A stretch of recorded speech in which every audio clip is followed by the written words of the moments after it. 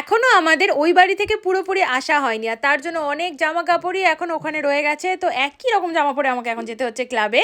সারাদিন কাজকর্মের পর যখন বাড়ি ফিরলাম তখন রাত হয়ে গেছে। কুলফি তো আমাদেরকে দেখে বেজায় আনন্দ। যাই হোক, আর আজকে আমাদের বাড়িতে চলে এসছে পূর্বা, মানে আমার বড় বোন। অনেক দিন তোমরা ওকে ভিডিওতে দেখোনি, তো ঝটপট ওপরে গিয়ে একটু ফ্রেশ হবো। তার আগে দেখে নিলাম গাছ দুটো কেমন আছে, আর এই গাছগুলোর পরিচর্যাটাও মোটামুটি শিখেছি, দেখা যাক কাল থেকে করতে পারি কিনা।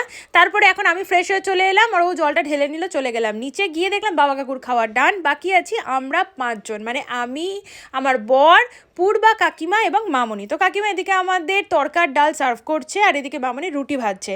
তো একসাথেই খেতে বসে পড়লাম একই টেবিলে। আর আগামীকাল কিন্তু আসতে চলেছে আমার ছোট বোন, তো হতে চলেছে জমজমাট ফ্যামিলি সেলিব্রেশন। না না না না না, কোনো স্পেশাল রিজন নেই, একসাথে অনেক দিন হই হট্টগোল হয়নি, তো আসতে চলেছে কিন্তু ওদের সাথে সুন্দর সুন্দর ভ্লগ।